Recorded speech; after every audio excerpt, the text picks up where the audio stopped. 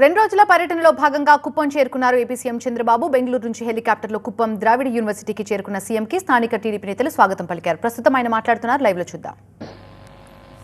ఇక్కడికి వచ్చే కొందికి 301 kilometre CC రోడ్లు, 284 కిలోమీటర్ రెన్యూవల్ వేయాలి. ఇవన్నిటి కూడా ఒక స్పష్టమైన కార్యక్రమం పెట్టుకున్నాం. నేషనల్ హైవే నుంచి 42కి ఇక్కడి నుంచి 97 కిలోమీటర్లు వేస్తే కుప్పం నుంచి బెంగళూరుకి వెళ్తుంది. అది కూడా ఒకసారి వర్కౌట్ చేస్తున్నాం. అల్టిమేట్ గా 2027కి కుప్పంలో అన్ని రోడ్లు కూడా బ్రహ్మాండమైన రోడ్లుగా తయారు చేసే బాధ్యత మొత్తం స్టేట్ హైవేస్ అన్ని.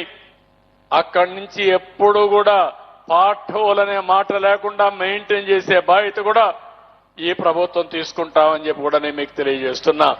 మీరు ఇంకొక పని కూడా చేయాలి. అక్కడి నుంచి చుట్టుపక్కల రోడ్డు పక్కన చెట్లు పెట్టే కార్యక్రమం కూడా నరేగా కింద తీసుకుందాం. ఎక్కడన్నా ఇక్కడి నుంచి కుప్పానికి పోతే కుప్పానికి పోయేటప్పుడు కూడా మీ వెహికల్స్ అన్ని ఎలక్ట్రికల్ వెహికల్స్ ఉంటాయి. చుట్టుపక్కలంతా చెట్లు ఉంటాయి. ఒక వనంలో పోయినట్టుండాలి. కుప్పంలో ఎక్కడికి పోయినా ఆ పరిస్థితి రావాల్సిన అవసరం ఉంది. దానికి శ్రీకారం చుడదాం. డ్రైన్స్ అన్ని 330 కిలోమీటర్లు ఉన్నాయి. ఆగస్టు 2027కి పూర్తి చేస్తాం. అక్కడి నుంచి ఎక్కడ కూడా మురుగునీరు రోడ్డు మీదకి రావడానికి వీలు లేదు. ఎక్కడికక్కడ మురుగునీరంతా మురికి కాలువల్లో నేరుగా వెళ్లి ట్రీట్మెంట్ కూడా చేసి పక్కా సిస్టానికి శ్రీకారం చుడతాం. ఇంకో పక్క స్ట్రీట్ లైట్స్ అన్ని కూడా కంప్లీట్ చేశాం. ఇప్పుడు మార్చి లోపల ఇంకేదో ఒక 1000 కావాలని చెప్పి అన్నారు. అవన్నీ కూడా పూర్తి చేసి టౌన్లో కానీ పల్లెటూరులో కానీ ఎక్కడ కూడా వీధి దీపాలు లోటు లేకుండా చేస్తాం. నెక్స్ట్ ఇంకో పక్కన నేను ముందే చెప్పాను, ట్యాప్ వాటర్ ద్వారా నీళ్లు ఇస్తామని. స్కూల్స్ లో కూడా కొన్ని స్కూల్స్ ఇక్కడ చూస్తే కేంద్రీయ విద్యాలయం ఒకటి పెట్టాలి, అది కూడా పెడతాం. ఇంకో పక్కన 428 ఇన్స్టిట్యూషన్స్ ఉన్నాయి. ఇక్కడ కొన్ని ఇన్స్టిట్యూషన్స్ లో స్కూల్స్ లో సరైన ఇన్ఫ్రాస్ట్రక్చర్ లేదు. ఇవన్నీ మార్చి 26 లోపల మొత్తం పూర్తి చేస్తాం. హాస్టల్స్ లో కూడా కొన్ని రిపేర్లు ఉన్నాయి. బీసీ, ఎస్సీ, ఎస్టీ హాస్టల్స్ లో అవన్నీ కూడా రిపేర్ చేసి డిసెంబర్ లోపల పూర్తిగా ఆధునికమైన కండిషన్లు తెచ్చే పరిస్థితి తీసుకొస్తాం. నెక్స్ట్ ఇక్కడ హెల్త్ ఇన్ఫ్రాస్ట్రక్చర్ లో నేను ఈ విషయంలో కూడా మనకు హాస్పిటల్ ఉంది, గవర్నమెంట్ హాస్పిటల్ ఉంది, ప్రైవేట్ ఉన్నాయి. ఇవన్నీ అనుసంధానం చేస్తాం.